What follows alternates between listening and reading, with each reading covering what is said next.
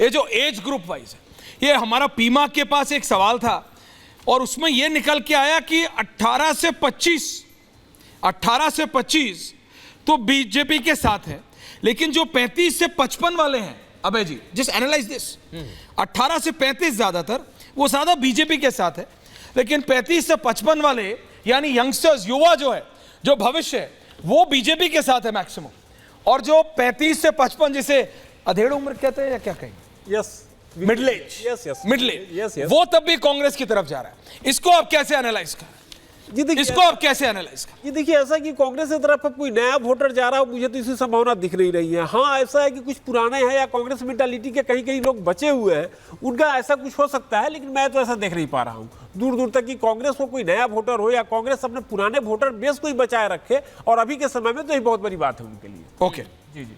और अगर मैं बोलिए मैं अगर केरला की बात करूं, अगर राहुल गांधी की बात चल रही थी और राहुल गांधी वायनाड के भी सांसद हैं, मैं बताऊं कि राहुल गांधी जी जब वायनाड से 2019 में चुनाव लड़े तो उनको 7 लाख से ज्यादा वोट आया था, लेकिन विधानसभा में उन सीटों के 7 सीट का वायनाड लोकसभा है, अगर सातों लोग विधानसभा की सीट को अगर जोड़ दे 2021 के विधानसभा में तो आप सिर्फ वायनाड की बात क्यों कर रहे सुचारिता? वो तो इस बार रायबरेली से लड़े हैं। अब रायबरेली में एग्जिट पोल, अब मैं कॉन्स्टिट्यूएंसी का तो नहीं है मेरे पास, लेकिन सुचारिता वो कहा जा रहा है कि वो जीत सकते हैं, वो कहा है, लेकिन प्रॉब्लम यह है कि कांग्रेस पार्टी सिर्फ, अगर आप एनालाइज करें तो कांग्रेस पार्टी सिर्फ परिवार के लिए, इलेक्शन भी परिवार के लिए लड़ रही है। वो रायबरेली, अमेठी अगर उनका परिवार लड़ता है, या वायनाड, वो उससे बाहर नहीं निकल रहे हैं। Where is Congress party? Kerala के अलावा कांग्रेस पार्टी है नहीं।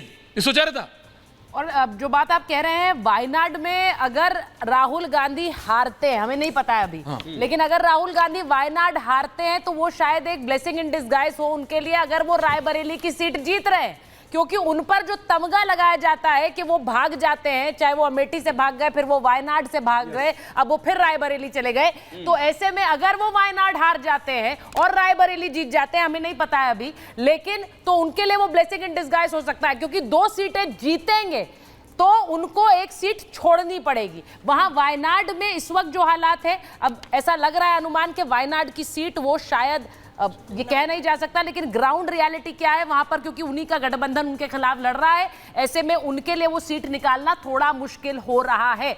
आपने जो बात कही ऐश्वर्या, ये इंपॉर्टेंट है, क्योंकि ये वाला हमला बार बार प्रधानमंत्री ने थ्रू आउट द इलेक्शन किया है, परिवारवाद वाला हमला, और इसीलिए राहुल गांधी का पॉलिटिकल करियर, जिसको अभी तक परिवार ने और पार्टी ने आगे बढ़ाया है, वो करियर इस चुनाव के बाद कहा जाएगा, वो एक अपने आप में कांग्रेस पार्टी लॉन्च करना चाहती है, मृदुल श्वेता, वो हमेशा लॉन्च, पर कितना? जी बोलिए। बात और हमें यहाँ करनी पड़ेगी, वायनाड का जिक्र सुचारिता कर रही है, लेकिन याद होगा आपको रायबरेली में जिस दिन वोटिंग हो रही थी, उस दिन राहुल गांधी जब वहां पे गए तो उनको गो बैक के नारे सुनने पड़े। तो अब मुझे तो ये लग रहा है कि वायनाड और रायबरेली दोनों हाथ से ना चला जाए, क्या होगा? फिर तो राजनीतिक पृष्ठभूमि खत्म हो जाएगी। रायबरेली से अगर हम 2022 में जो विधानसभा के चुनाव हुए हैं, उसके अगर विधानसभा के चुनाव को लोकसभा के वोटर में करें तो 13.15% वोट कांग्रेस को आया है, सिर्फ और सिर्फ जमानत जब्त हो गई है कांग्रेस। आपको देखना होगा कि समाजवादी पार्टी गठबंधन में है, उनके भी विधायक हैं ना, इसी के लिए गठबंधन किया गया है, सिर्फ रायबरेली सीट बचाने के लिए गठबंधन किया गया है। हाँ, क्योंकि सपा का होल्ड वहां पर ज्यादा है। सुचारिता, ये भी है कि रायबरेली की सीट के लिए ये कहा गया कि समाजवादी पार्टी से बकायदा समर्थन मिलने के बाद कि वहां रायबरेली में काडर सपोर्ट करेगा, तब जाकर रायबरेली की सीट पर राहुल का नाम कंफर्म हुआ था, तब उन्होंने जाकर हामी भरी थी रायबरेली की सीट के लिए। और एकदम आखिरी मूवमेंट पे डिसाइड हुआ कि चौंकाने वाली एक बात निकलकर सामने आई थी कि राहुल गांधी अचानक से पहुंचे, अचानक से हुआ रायबरेली से चुनाव लड़े। 22 के लोकसभा चुनाव के अगर वोट को काउंट करें तो कांग्रेस पार्टी को 1,40,706 वोट आया है, समाजवादी पार्टी को 4,02,179 वोट आया है, और बीजेपी को 3,81,625 वोट आया है। तो कहने का अर्थ है कि सिर्फ और सिर्फ, नो डाउट, वहां पर समाजवादी पार्टी का अच्छा परफॉर्मेंस था, लेकिन हाल के दिनों में उनके जो उनके एक दो विधायक छोड़ करके गए हैं, तो समाजवादी पार्टी की, ये तो आप मान रहे हैं ना, लेकिन उस जगह पर फिलहाल कांग्रेस और समाजवादी पार्टी दोनों लॉस करेंगे, क्योंकि एक तो है इग्नोरेंस। भाई सोनिया वहां से गई, इसके बाद लोग कहते रहे कि भाई हम आपको इतना दे रहे हैं, इतना बॉस ने दो ही नहीं हमारे पास। एक वो वाला जो एक सिंपैथी फैक्टर है कि हम आपके हैं और आप हमें भी अपना समझे, वो वहां पे नहीं है, तो इसका लॉस होगा।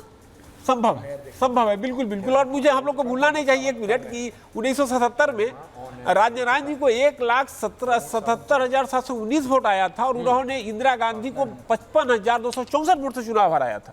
1 लाख मैं रत्नाकर जी आ जाइए, आप लोगों को मैं बता रहा हूँ। थोड़ा सा आ जाइए, आ जाइए। रत्नाकर जी कांग्रेस नेता रत्नाकर त्रिपाठी आ रहे हैं, कोई बात नहीं, चलता है सब एग्जिट पोल। आइए आइए।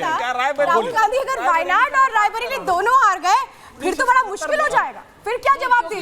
जी आ रहे हैं, मुझे लगता है रत्नाकर जी एक बार बैठ जाए तो इस पर एक ज्यादा बड़ी चर्चा हो सकती है, क्योंकि राहुल गांधी कांग्रेस पार्टी को आगे ले जा रहे हैं या पीछे ले जा रहे हैं? राहुल गांधी का आगे फ्यूचर इस चुनाव के बाद क्या है, मैं बार बार उसकी बात कर रही हूं, क्योंकि अगर इस चुनाव में वो नतीजे होते हैं जो हमारा एग्जिट पोल, दोनों एग्जिट पोल दिखा रहे हैं, तो फिर राहुल गांधी के लिए उनका पॉलिटिकल फ्यूचर अभी भी परिवार और पार्टी प्लान करता रहेगा, उन्हें रीलॉन्च करता रहेगा, ये सोचना है। और इस पर मुझे लगता है अगर Ratnakar ji can give a better reply.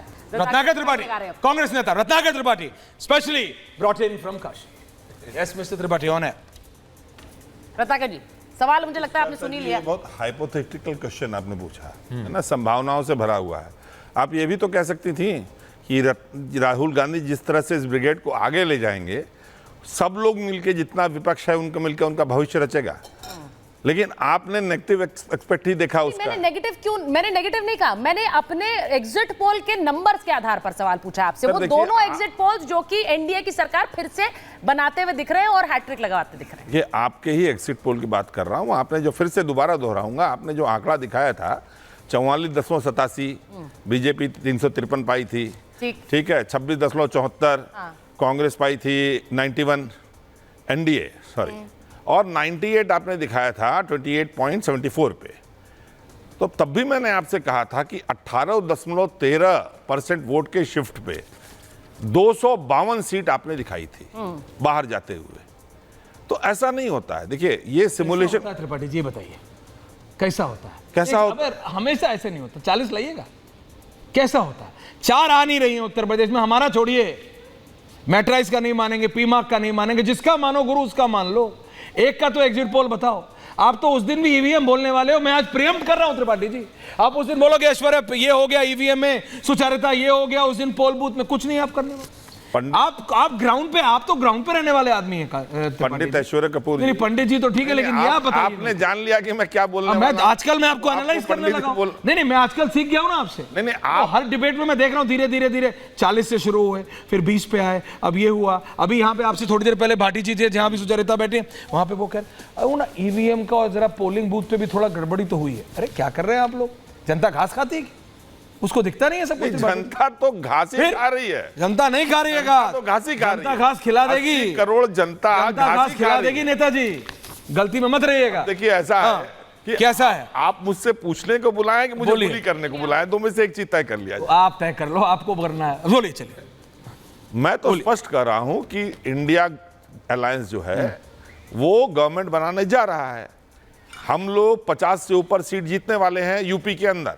अच्छा, आपको लगता है आप हंस सकते हैं, ठीक है? आप जितने एग्जिट पोल है वो एग्जिट कर जाएंगे। मैं आपसे आज कह रहा हूं। तो कितना आने वाला है रत्नाकर त्रिपाठी का एग्जिट पोल? फिर से बता रहा हूं, सुचरिता, रत्नाकर त्रिपाठी का एग्जिट पोल। सवाल हमसे 2 बार 3 बार पूछा जा चुका है। वो कह रहे हैं मैं जोशी नहीं, नंबर्स पर आप बात नहीं करते हैं। मैंने सिर्फ सीधा सवाल पूछा, राहुल गांधी के पॉलिटिकल फ्यूचर पर तो बोल सकते हैं। अब आपको लग रहा है बहुत उभरता हुआ फ्यूचर है, अब कब तक यही बोलते रहेंगे हम कि बहुत अब उभरता हुआ फ्यूचर है राहुल गांधी का? नहीं, ये बोलने की क्या जरूरत है? ये दिख रहा है बहुत उभरता हुआ फ्यूचर है। आप ऐसा क्यों सोचती हैं? मैं वही बोल रहा हूं ना सुचरिता जी, आप इस ग्लास में देख रही हैं, इस बोतल में, कि ये आधा आप खाली है, मैं देखता हूं आधा भरा हुआ है। हमारे आपके देखने का अंतर है। बड़े आशावादी नजर आ रहे रत्नाकर जी आप।